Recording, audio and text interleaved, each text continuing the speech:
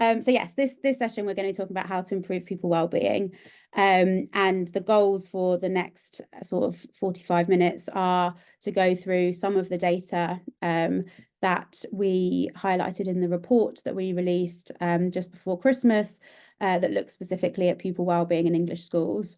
Roisin and I will kind of tag team this, so I'll talk about the data and then Roisin will share some ideas and interventions, including some of the things that Anna Freud are doing specifically, but also kind of wider ideas about what we can be doing within schools to help with any wellbeing challenges. And then at the end, we'll have a little discussion on resources. So yeah, I've got a couple of resources that are kind of from beyond Ajuria and beyond Anna Freud, and then Roisin's got a couple that are specifically from Anna Freud that might be worth consideration. And then, as I say, hopefully some time for discussion at the end. So in order to kind of guide that discussion, it would be great to hear from you in the chat if you have any thoughts on either of these two questions. So do you have any ideas already about how you'd like to improve pupil wellbeing within your organisation? Anything that you're already doing, anything that's worked well so far? And if you are kind of about to start working on anything new, do share where you're thinking of beginning. And then perhaps at the end we can get together and kind of brainstorm some of those ideas and share those good practices across the group. Of course, if you have any other questions, please do ask freely, and I will try to pick them up, or Elsa might be able to answer them in the chat as well. Okay, there we go. And I'm just going to start the session with a poll. Oh, I think I've just one moment. Sorry. Have I gone out of the slide yet? Yeah. Sorry. I'm just going to start the session with a poll, which hopefully is going to appear on your screens now. Yep. So we've got two questions to start the session. So first of all, do you collect pupil feedback within your organisation? Of course, if you are from an organisation that doesn't work directly with pupils, then you can select NA.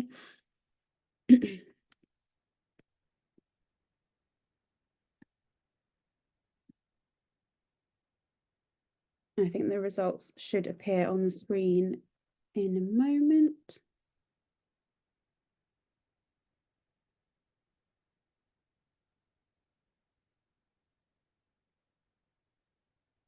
So it looks like the majority are already collecting pupil feedback. If we disregard the 15% who it's not applicable for, that is, I would say, the vast majority are already doing feedback from pupils within the organisation. And now we've got just one other poll to kick off.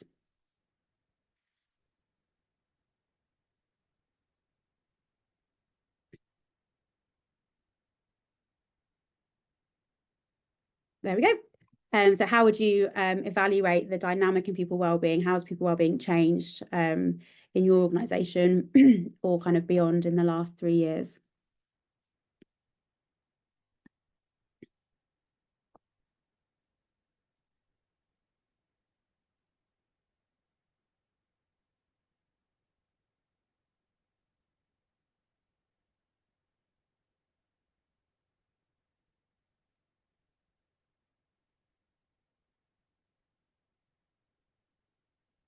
Let's see what we've said.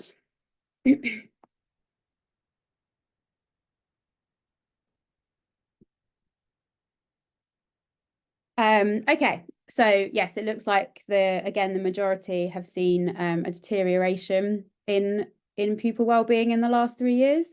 I am about to share some data with you, which does speak to that as well. There is still 1 in 5 who have seen an improvement in wellbeing, so it would be really great among the people who are in that camp, if this is based on things within your organisation, if you can share anything that you've seen that might be behind those kind of improvements in wellbeing. I think that would be really, really helpful for the rest of us as we work through this session. Okay, enough of the setup. Let's now start talking about the data. So let's now start talking about the data. So as I say, I'm going to share some of the key takeaways from the report, and then Roisin and I will discuss those findings as we go through. So a little bit about the report itself. So I think we'll be pasting in the chat a link to that report now. It is based on our pupil learning experience and wellbeing survey. We've been running that survey since 2020, since the academic year 2020-2021, which you may or may not remember is one of the years that was more heavily disrupted by COVID. We have collected over 184,000 responses since then, and last year we collected 77,000 responses from pupils across England. And the reason why we've focused specifically on wellbeing in this latest report is because that across that data set, so across that 77,000 last year and 184,000 of all time, we've seen that the health and emotional wellbeing module is the area with the smallest proportion of positive responses. So it's clearly a challenge nationally. And now if we look at the kind of biggest changes, we can see that overall happiness at the school has decreased in the 3 years since the survey has been running. So 50% of pupils this year said that they were very happy or quite happy. And that is down from 65% in 2020 to 2021. It's worth noting that there is a significant proportion as well who have said that they are moderately happy. So that's obviously a relatively encouraging data point, but when we include the 3 of those, we can also see that there's a deterioration over time. So more pupils are not very happy or not happy at all over the last 3 years. And we can also see that overall well-being has decreased. This is a bit less of a spread. So with the happiness at school, there's a larger proportion that are quite happy and very happy than not very happy and not happy at all. This is a little bit more even. So there is 35% of pupils who are kind of moderately feeling well, and a relatively even split who are feeling either very or quite well or not very well and not well at all. And that has decreased 9% in the 3 years. I'm going to pause at this point and hand over to Roisin, because I think you've got quite a lot of interesting thoughts to share around those changes. Yes, thanks, Iona. And Iona and I've had I think quite interesting conversation about these first 2 graphs. And I suppose where I'm coming from is I am quite interested in the fact that 83% are saying that they're at least moderately happy at school. And I think that is some cause to feel encouraged. And there's something maybe about taking care around happiness, because, you know, I say this as a parent as well as a former teacher. We don't want to frighten our children in terms of it being a terrible thing to not always be happy. And we don't want to suggest that it's possible to be happy all the time. So I think it is quite encouraging that we have really quite a large number of the respondents here saying that they feel at least moderately happy at school. But that's not to say that we shouldn't be concerned about this group who are not very happy or not happy at all. So I think, you know, the group in the kind of and at the bottom of the graph here. And I suppose for me, there's something about, and I think we're going to dig into this a little bit later on the call, Iona, about trying to think about who these young people might be and what might work for them. And I think similarly with wellness, and the figures on the wellness really match what we see elsewhere. So people will be aware of the NHS digital figures where we have 1 in 5 who have a probable mental disorder, and that's the phrase used by the NHS digital survey. So there seems to be some matching here with what we see in other surveys, Iona, I guess. Yeah, and one thing that we'll kind of keep coming back to, as much as we don't want to talk about COVID anymore, I think looking at this as a COVID and beyond study is I think it's quite a necessary framing here, and it is obviously we launched the survey during the COVID year, but I think it is, if you frame it through that perspective, and we can see take away a global pandemic and pupils are still feeling less well this year than they were 2 years ago. And I think that is a really kind of challenging thing for us to get our heads around. And obviously this isn't overall wellness, this is about physical as well as mental. But yeah, we'll dig in a bit more detail in the coming slides. So here we asked a question around how well pupils have been sleeping lately, and we've seen a similar thing where a relatively even spread between those that are feeling very or quite well and those that are feeling not very well and not well at all. And a deterioration over time, that it's a smaller decrease than the proportion feeling well, but still a kind of year-on-year decrease. And we're also seeing an increase in the proportion of pupils who are feeling overworked lately. With this is one of the more stark distributions, I think. So here we have only 19% of pupils who kind of rarely or never feel overworked, and over half of pupils who say that they feel overworked quite often or very often. I'll pause again here, and Roisin, I think we can dig into that kind of COVID angle here and see kind of what were the things that were helping 3 years ago, making people feel less overworked, helping people sleep better, and so on. And anything else that you think is worth mentioning? Yeah, I mean, I think we've got the experts on the call on this, but certainly that was my perception. So our team are in contact with schools every day, delivering training and other programs with schools. And I guess, you know, colleagues in schools became really expert in thinking about well-being during the partial school closures and COVID, and thinking about well-being in a new way. So for me, this, you know, it is quite a stark rise, I guess, in the numbers of young people here responding, saying that they feel overworked. I think it would be quite interesting to track back to, you know, what do we know that does work around kind of managing that balance. And you know, there has to be a necessary focus in school on academic progress and on attainment, but it's that balance between that and other aspects of school, which I think, you know, schools did an amazing job of prioritizing when young people returned to kind of full-time being in school. So things like prioritizing relationships, prioritizing time and spaces for play, and prioritizing working with young people around strategies for keeping their worries in perspective. And I know that, you know, many people on this call will have already, you know, really good work in that space going. But I think this sort of is telling us that there were some things that we knew how to do quite well, and maybe we want to keep hold of some of those going forward. I don't know if that's helpful, Iona. Hope so. Sorry, I took a moment to unmute then.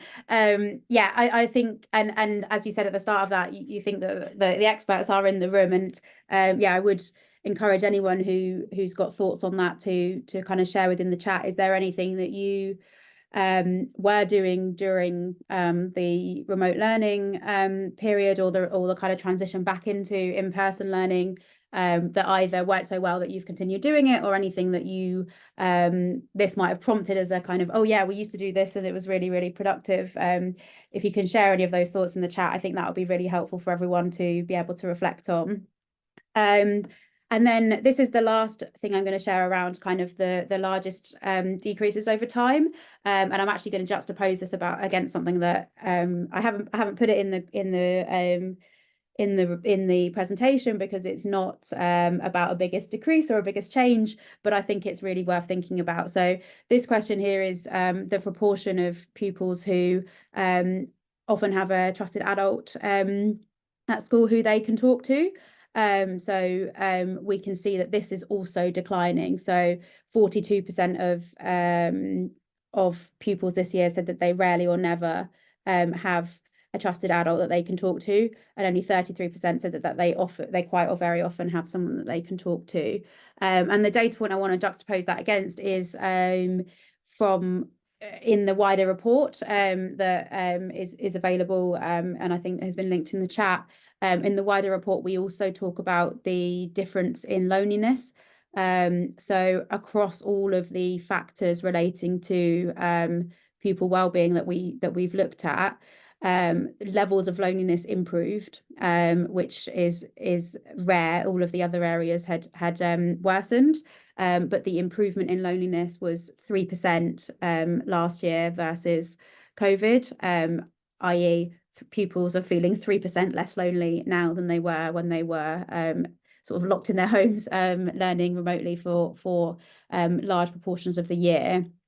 And I want to put those two things together before I hand over to Roisin for thoughts, because I think that there's something there around the kind of support networks that we need to be thinking about. Yeah, definitely, Iona. And I think this is one that, really interested us, I guess, as a set of numbers, because we know that feeling known, feeling cared about, feeling a sense of belonging at school can be a protective factor in terms of mental health. And so we'd probably like to see a higher percentage of young people responding and telling us that they often or very often felt that they had an adult at school whom they could trust and whom they could talk to. And of course, I mean, this is complex and it's nuanced, because many young people have an adult outside of school who they might prefer to talk about their worries with. It's to be hoped that most of our young people have a parent or carer at home that they trust and can talk to when they're worried about things. But these two things are not exclusive. And, other reports and other evidence that we can draw on, if we think about the Head Start program, which reported last year, really strongly came through that these relationships are incredibly important, that young people talked about feeling like they had someone who was on their side and feeling that they had supported and supportive relationships over time at school. So not just sort of a brief intervention, but those kind of longer term relationships that young people often have with adults at school. And that having multiple sources of support is better than having just one. So yes, we want our young people to be supported at home, but we also would like that for them at school. I mean, it's probably a fairly obvious thing to say. I think the other bit of this is that some young people, this supportive relationship at school is obviously more important to some young people than others. And we can begin to talk about aspects of intersectionality, aspects of discrimination that a young person might face. And for that young person, this relationship might be even more important. So I guess it's not to be understated. And we also know this, I mean, but the NICE guideline on what can schools do, probably the most important thing that we can do is think about working with our young people and our families in a relational way. So this did seem like one of the most important ones for us to dwell on, Iona. Yeah, I think so. And I notice there is a question in the chat around building. Grant said that he's thinking about how to build parental resilience, and noted that this is a kind of a factor in declining pupil resilience, and the kind of interplay between that resilience and well-being. It'd be great if anyone's got any thoughts on that. You can sort of share in the chat. Anything that you're doing around parental resilience, anything that anything where you've seen kind of particular challenges around kind of getting working with parents and others in this kind of overall support system that we're hoping to build. This also reminds me of something that we had in our previous pupil wellbeing report, which we launched in 2021. We worked with a pupil who had just finished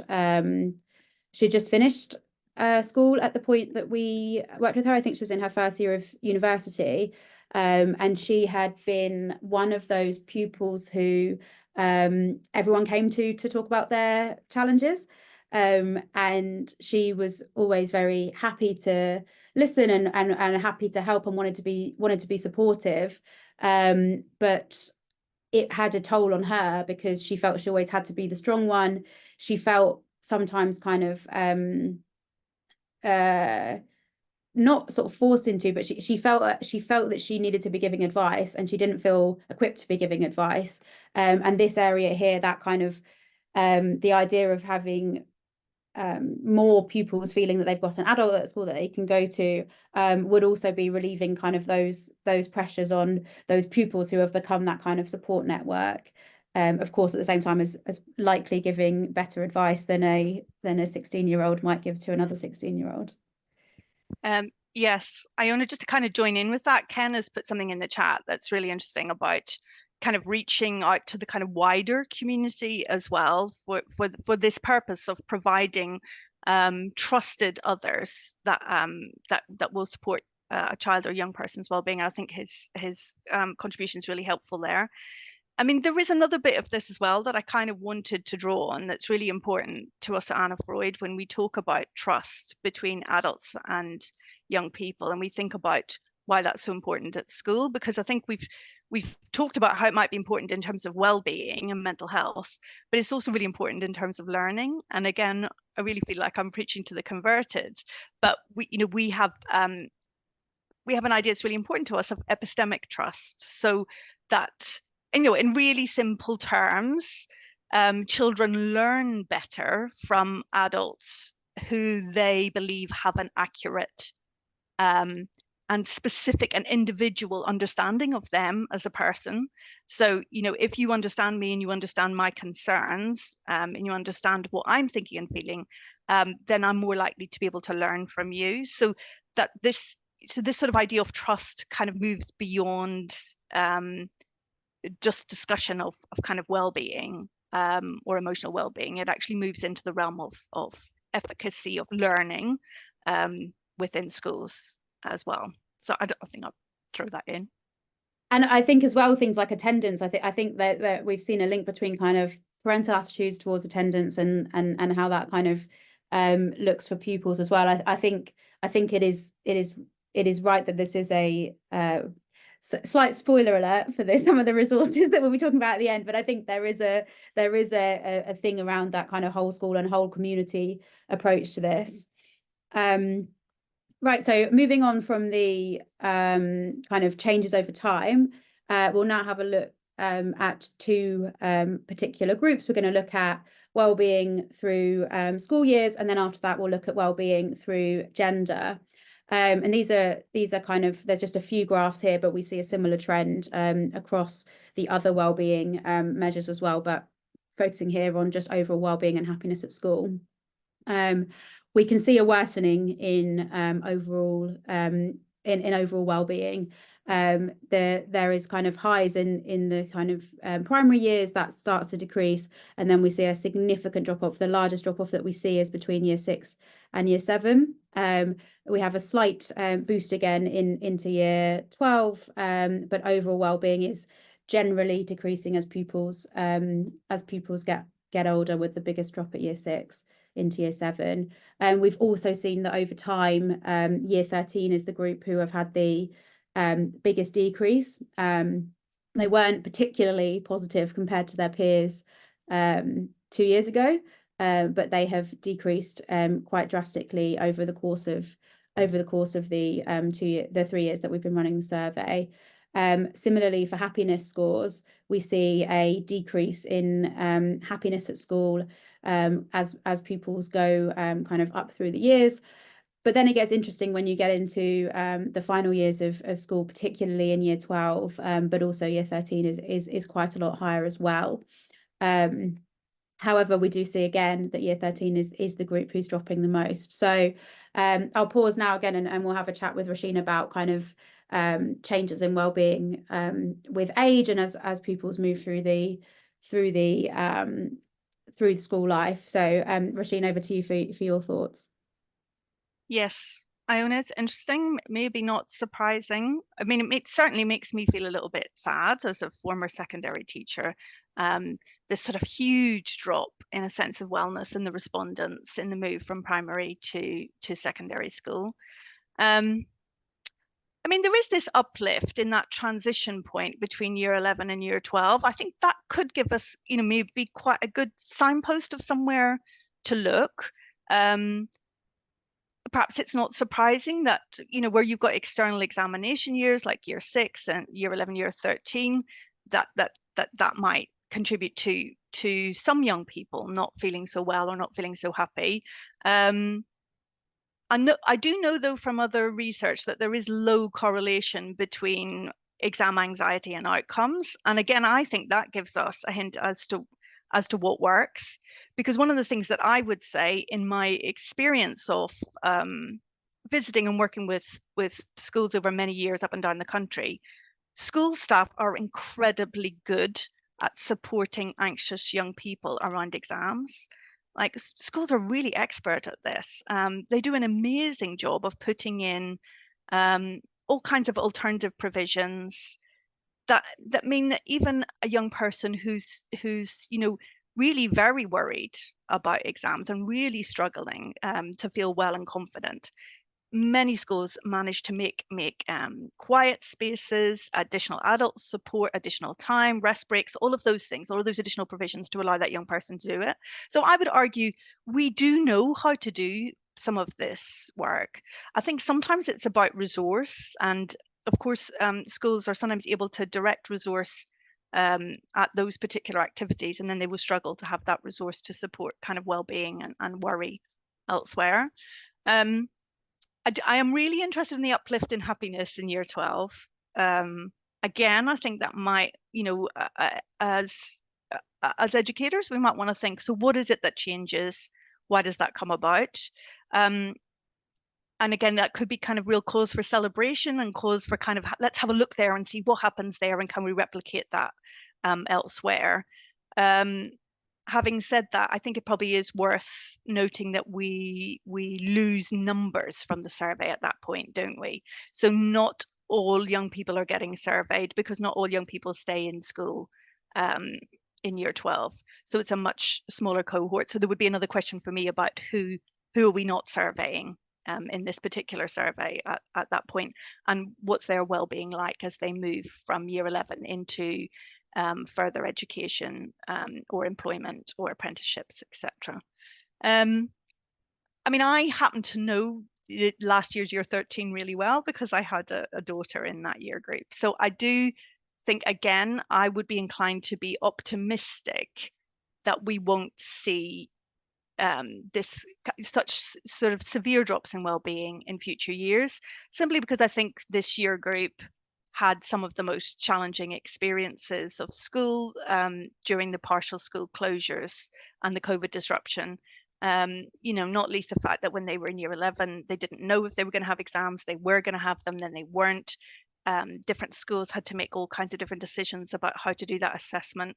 And so by the time they got to year 13, those young people hadn't had maybe the most positive experience of national external exams. Well, they hadn't really had any real experience of it, and what they had been perhaps quite stressful.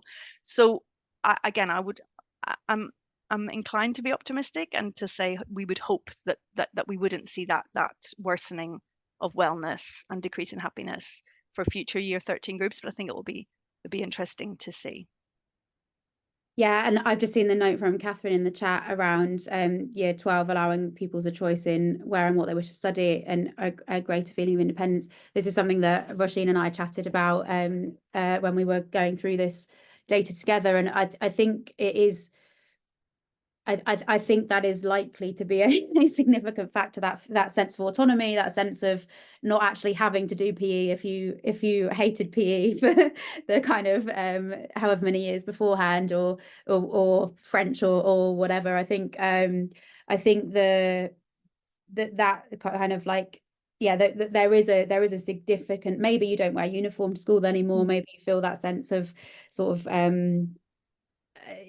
leveling up a little bit, and yeah, I think that there is a so much that happens in the transition into year 11, but we were wondering, are there things, does it have to only happen in year as you go into sixth form, or are there other elements at play that could be kind of brought in earlier? I do think this graph is really, really interesting, because we see in general, so not just with well-being measures, but kind of in general, we do see a reduction in positivity as pupils get older. And here in the well-being, we can see whilst there's a slight recovery, it's not drastic. In happiness, it really is quite drastic, and actually year 12s are the happiest of any year in secondary, and year 13 are behind only year 7. So it is a really kind of significant uplift.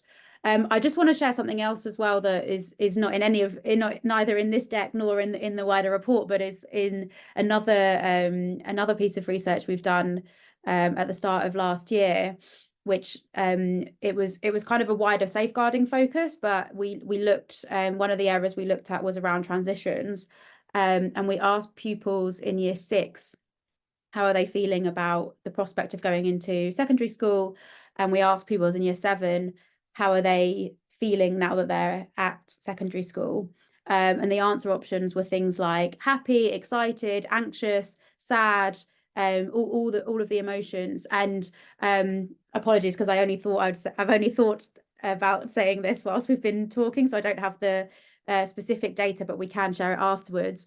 The year 6s were much more sort of using words like anxious and things like that. Once they were in year 7, the emotions became a lot more positive. So I think that it is worth us considering, even though happiness decreases and overall feelings of well-being, actually there is something going on in the transitions which is positive, and pupils are perhaps less their fears are not being as realized as much when they as what they're expecting when they're in year 6. So yeah, cool. Yeah. I mean, I don't know. Yeah, that's really useful and quite interesting. I'd love to see that data. I kind of wanted to build on what Catherine said in the chat as well. And we do know that agency, autonomy, being able to make choices and direct our own lives can contribute to more positive well-being for people of all ages. So I think Catherine's absolutely right to say that that's somewhere we might want to look. And I think it's what you were saying, Iona, about so when we think about that increased autonomy and agency that we offer to our year 12 young people, is there a way that we can begin to kind of drip feed and offer that earlier in kind of secondary school life? And, I do know some good examples of this, and it can be quite simple things. So we've got, when numbers of schools tell us that they put things in place for year 11 around having a separate space for break. They might call it year 11 teas, or year 11 kind of a food service that's separate at break or at lunchtime, if the school has the capacity to do that, or just even having a slightly separate year 11 social space. So you're sort of building towards that sense of agency and choice for those year 11s, where things can be a little bit different. And I just think it would be an interesting one to explore sort of really across those secondary year groups. But as optimistic as I feel, I do think we have a lot of work to do around that transition between year 6 and year 7. And I'm guessing that colleagues on the call will have thoughts. Again, I've seen amazing practice around this. So, that practice where the secondary school makes sure that every young person who's coming next year in the summer term meets with a member of staff along with their parent, either online or in person at the school. I think in person in many ways offers a lot, because it allows that child to have another opportunity to visit the school. There's also all the work that schools do around year 7 visits generally, and having that kind of day in the summer term where they come and explore the school and have fun lessons, making sure that everybody gets a lunch that day. All of this requires, resource, but there is something about how we reach out to those year 6s into year 7s and tell them, we care about you, we're going to notice you, we're going to remember you, we're going to know you. There are going to be adults at this school who know you and care about you and going to be bothered about what's going on for you, and kind of communicating that with parents. One of the things we hear from parents a lot is that parents don't always realize that when a parent reflects trust in the school, that then encourages the child to trust the adults at school. So, the child is really reading the parents' reactions and kind of listening to everything that the parents saying about school. And so when we engage parents and include them, we're much more likely to have kind of happier children. That's great. And as you say, they're likely around kind of year 12 and that sense of autonomy, and also in the transition years, perhaps there are some nuggets of wisdom within this group. So yeah, if you have any thoughts on that, please do add them into the chat, or if there's time at the end, perhaps we can sort of get people to chat to the group. Cool. I believe this is the last section on the data, and then we'll talk about recommendations. So now we'll have a quick look at gender as well. And this is that there are really quite significant differences between pupils of different gender identities. So we can see that girls are feeling less well than boys, and that those with another gender identity, so neither male or female, are much less well still. And we can also see that this is deteriorating for girls the fastest of the three groups. So whilst both boys and girls' well-being has decreased, that gap is actually widening between girls and boys, staying a little bit steadier among those with another gender identity, but still lower than it was 3 years ago, and the lowest overall. And similarly, when we look at overall happiness at school, girls are actually closer to boys in their happiness, particularly those who are kind of, if we include moderately happy in there, it's a very similar proportion between the two, but slightly lower overall. But then compared with those who have another gender identity, again, much less happy. But we are still seeing that this is worsening for each of the groups. And again, a slight widening where girls and boys previously were equally happy to be studying at school. There is now a little bit more of a gap between girls and boys, but all three groups have seen well-being deteriorate in the 3 years since the survey has been running. So Roisin, yeah, I would like your thoughts on kind of what can we do? So you've already said that there's no we don't want to be pressuring pupils into feeling like they can't not be happy, and we want to make sure that it's okay not to always feel kind of great. But do you have any thoughts on how we can kind of help to ensure that pupils are all pupils feel equally happy? So regardless of their identity, there is less of a difference between kind of overall levels of happiness between the groups. Well, I mean, there's definitely some matching here with what we see in other data, like the NHS digital data. I think girls in the older age group in the NHS digital are almost twice, or if not more than twice, as likely as boys to have a probable mental disorder, for example. So there's definitely there's something here that we see across different data sets. I mean, I suppose what I would be interested in as an educationalist is just thinking about the connection between discrimination and sort of other experiences of disadvantage and feeling happy or feeling well. So yes, girls, but also young people who have experienced racism, also young people who are neurodivergent, autistic young people. We're seeing increasing evidence now that autistic young people are experiencing school distress. So I suppose there's the first thing I would say, Iona, is there's something about trying to understand within each individual school who and what the sort of intersectional aspects of who might be most important in terms of who's not feeling well at school and who's not feeling happy at school. So that would be the first thing. And then secondly, just thinking again and reflecting again on all of those programs and all of the work that we do in schools around things like bullying, that can make the experience of a young person who's been who is socially determined to be different. Sorry, I have trouble doing speech marks because I've got a broken arm. That what the experience of that young person is at school. And I mean, one of the areas that we've been working a lot on at Anna Freud recently is around autism and wellbeing in school, and we have a program running there at the moment. And probably the most important piece of learning for us is how this expectation that the young person has to somehow change or mold themselves to fit better at school, really contributes negatively to well-being. But that in actual fact, we need to be looking at how can school be different? So that a young person who's finding school difficult or who feels unhappy at school, can be happier.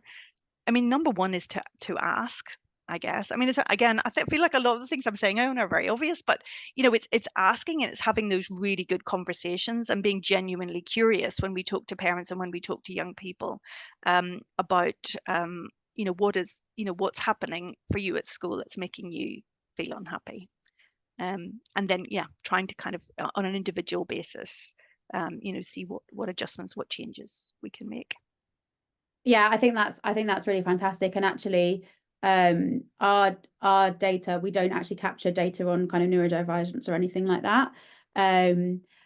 But I think partly because it's a relatively complicated topic, and capturing it in a survey is a little bit more difficult. But I think I'm thinking about our safeguarding survey and so on, and the differences seen between pupils of different ethnicities. I think we had limited difference when it came to ethnicity, but if we looked at gender, we saw kind of quite significant differences in safety levels, and obviously kind of what you're subjected to could be kind of based on your kind of who you are as an individual, and things, harassment or whatever. There are certain groups who are more at risk of those things, and so there's that dual kind of helping the individual to sort of feel happier, and what can they do, but then that more cultural thing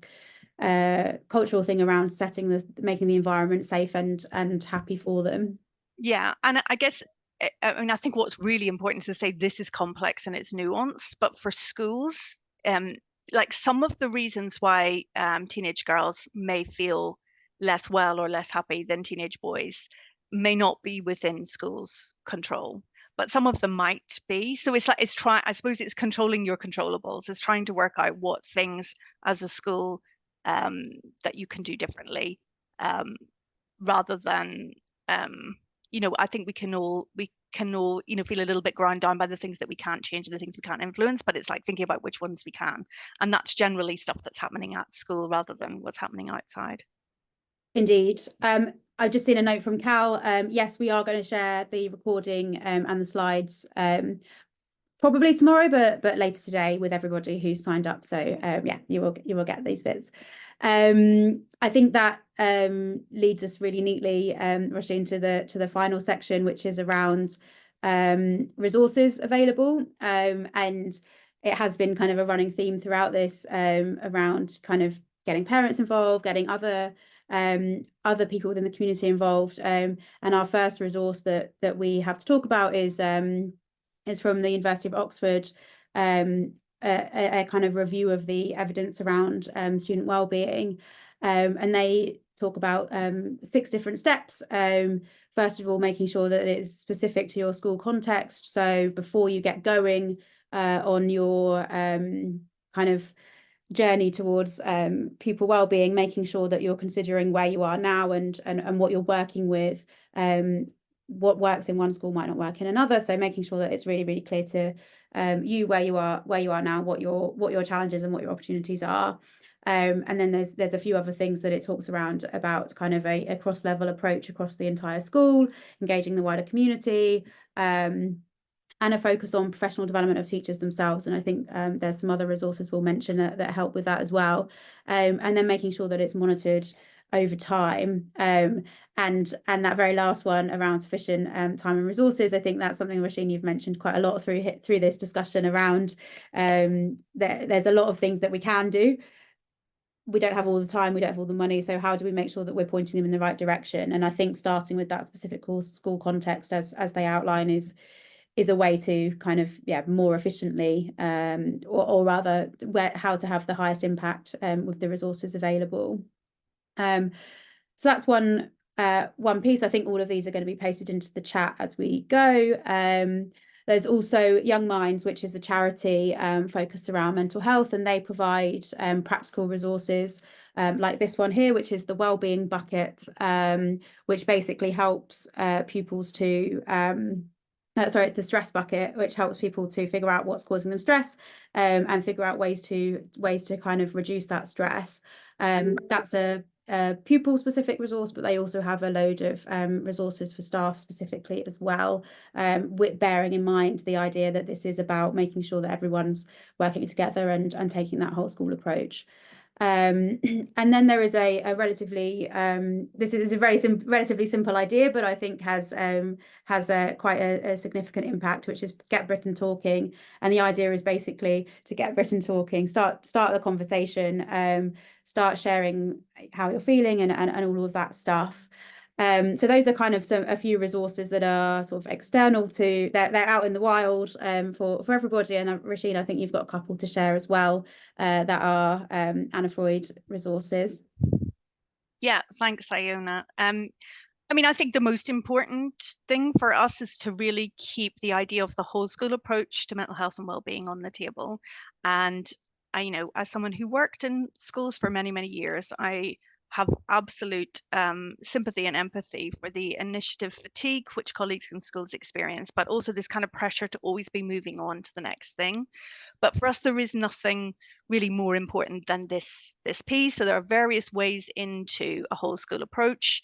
Anna Freud have the 5 steps. So all of these resources are available through our website. And when you land on the website, you can find the 5 steps, and then it will take you through all the different ways that you can think about well-being in your school. And the idea here is not to try and change everything all at once, but to maybe focus on some aspects of school that you think can have sort of highest leverage.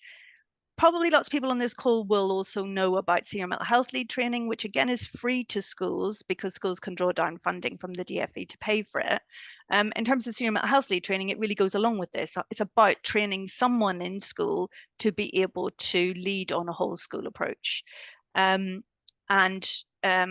you might not know is even if you've drawn down the funding once, you can draw it down again if the person who originally did the training has either moved on to a new school or moved on to a new role within your school. And Anna Freud are one of the providers, but I think there are over 70 different providers. So I feel like there's a senior mental health lead course that's suitable for every school or setting now. And then on the next slide, I picked out just a small number of other free resources. We worked with the Early Intervention Foundation to do our classroom wellbeing toolkit. This is very much for any teacher. So this doesn't have to be for someone who's in a leadership role in school. It's just about all of those kind of day-to-day interactions that we have with young people and how we build that trust over time and allow young people to feel like they belong and are connected. Really simple strategies, doesn't require a lot of resource. It's sort of part of our everyday work as teachers. And then there's a resource at the bottom there, which there's an animation and some sort of PSHE teaching resource around transition, which you might want to have a look at because I know that's come up as a theme. And then also more recently, our Let's Talk About Anxiety, which again is for that kind of year 6, year 7, year 8 kind of age group, helping young people to not be frightened by anxiety, I suppose, in a way, to kind of accept that all sorts of feelings are normal and that there's lots of things that we can do to support ourselves and to support each other when we feel worried about things. So there's a whole sort of set of resources there. There's lots more on the website. Please have a look. Yeah, and whilst you were talking, Nicola shared in the chat around that Beacon House has some amazing resources for trauma and mental health as a kind of complement to some of these other resources that we've discussed. Worth noting as well that we at Ajurio are producing another report that is coming out a week on Thursday that looks specifically at pupil behavior. So that looks at it's kind of a 360 view. It's the pupil view, staff view, and parent view on behavior within the schools and the kind of impact on that. So this, where we've just spent the last sort of 45 minutes talking about well-being, this is part of a kind of bigger sort of pupil look that we're taking this term. So we've just dropped a link in the chat there where you can sign up to receive the new report that's coming out next Thursday. I'm going to stop sharing here and Dilky, if we can stop the record as well. We've got just 5 minutes left. I think we've been picking up the comments as they've come through, but do feel free either to add more comments or questions in the chat, or if you want to, there is